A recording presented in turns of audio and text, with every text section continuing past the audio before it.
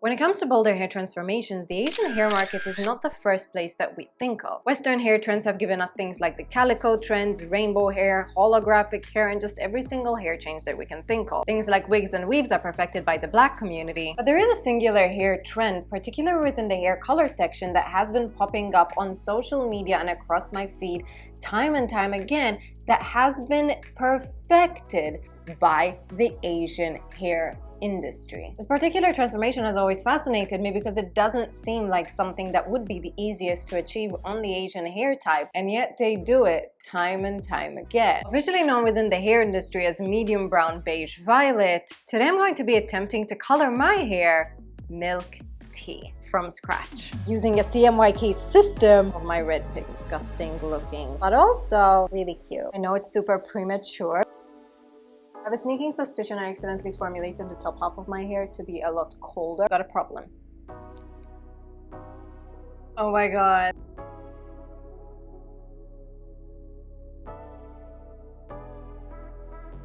The way the Asians tackle their hair is fascinating because it is very diversely different to how Westerners, even certain ingredients are more predominant in Asian cultures over Western cultures. I am someone who very much follows a more Western European approach to hair coloring. Probably the one key difference that I would point out between Western hair changes and Asian hair changes is that the Asian market tends to prefer, when it comes to full bleach transformations on very, very dark levels of hair, they still prefer a more muted pastel applications versus Westerners, or even in European countries, we tend to prefer more punchy, vibrant hair colors. But for many months now, I've been seeing a repeated trend within the Asian community, something that is being referred to as milk tea. Rightfully so, this is literally the color of milky tea. The color on its own isn't actually even that particular. It does seem like a genuinely muted shade of beige with a slight hint of violet, very much cancelling out any warmth, but it's not necessarily something you would call blonde. The reason that this is so particularly fascinating is that Asian hair is so notoriously difficult to lift, very dark on the color scale, and it needs to be lifted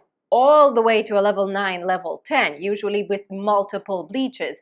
The Asian community, however, will go ahead with this process. Their hair does seem to remain intact, and then at the basin, a color mix is applied on the hair and the customer walks away with something resembling a muted beige violet. Today, I am going to be attempting just a classic milk tea color application on my own hair. If you haven't already watched it, I did already do an extensive video on how I bleached my hair to get it to this point. I had very dark red with a lot of residual pigment, and I did bleach it and color remove all of it to get it to this sort of a color aspect. That means that I'm already starting with a base much easier to get to the milk tea application, but if you want to go ahead and bleach your own hair, color to remove it, or show it to your hairstylist, I'm going to be linking the video over here and in the description so that you can follow along. Here's where it gets exciting. I know I select my videos to not made for kids, but this is still not the content we're going for, so give me a sec. To science this out. I am fully unfamiliar with how the Asian hair coloring systems work. In fact, in attempting to find the particular color used for milk tea or any sort of a formula, I couldn't even figure out what brand they are using, but I do believe they are using a demi-permanent toner application over something like semi-permanent or permanent color. I do believe this is a similar color to use if you wanted to go for a permanent application route, but I actually want something a bit more creative. Because of the particular interesting nature of this color, and especially because of extremely high demand from you guys, today I actually want to see if I can mix up the exact shade of milk tea medium brown beige violet using only the CMYK system, mixing the colors from scratch using only primary colors. These are actually more samples from my own hair color line that I'm working on at the moment, so this is going to be the perfect opportunity to see how exactly they intermix with each other, what the application is like, and fundamentally, if we can actually mix up a natural pastel muted hair color using some of the most vivid colors on market. So the first thing that I'm going to do is dolloping out the slightest amount of my cyan blue pigment as well as an even mix of my red pigment to create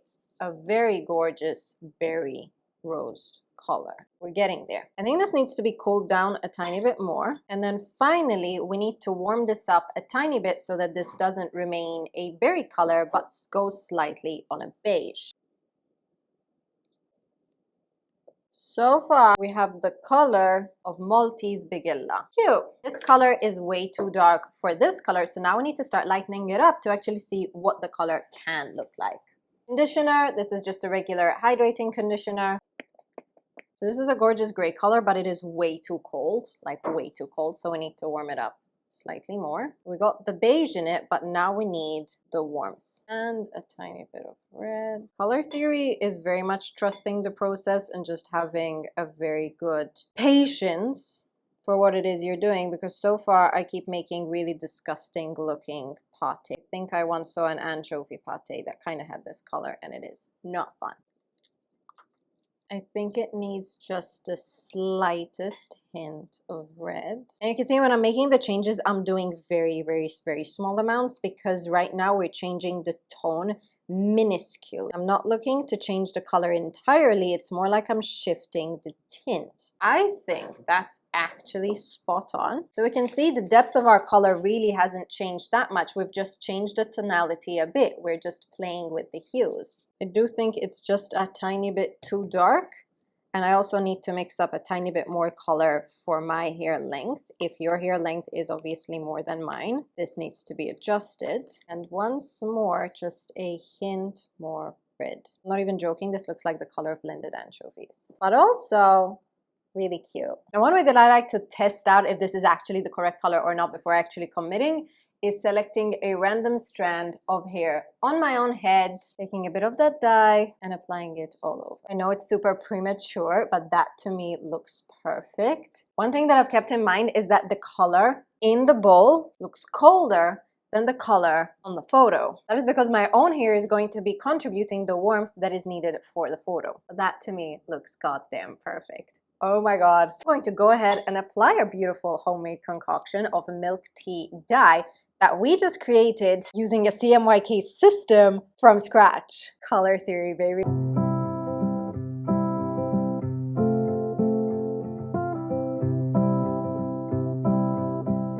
As always, I'm going to be using my Regali Stellari hairbrush to dilute and distribute all of the color throughout my hair, because God knows I will not create any transformation without the correct detangling in place, and this brush is still the best I've ever freaking used. Now, the reason that I'm also using semi-permanent dyes over permanent is every single time I apply the dye onto my hair, I'm also doing a deep treatment at the same time. That is probably one of the best things that I love about it. These dyes that are currently in my samples are also loaded with so many nourishing benefits and ingredients, because I literally want it to be a 2-in-1 hair mask plus color deposit. I know I upset some of you when I dyed my hair pink after I said I was going natural, but that pink faded, like chill. What suits the choose their bodies from radioactive?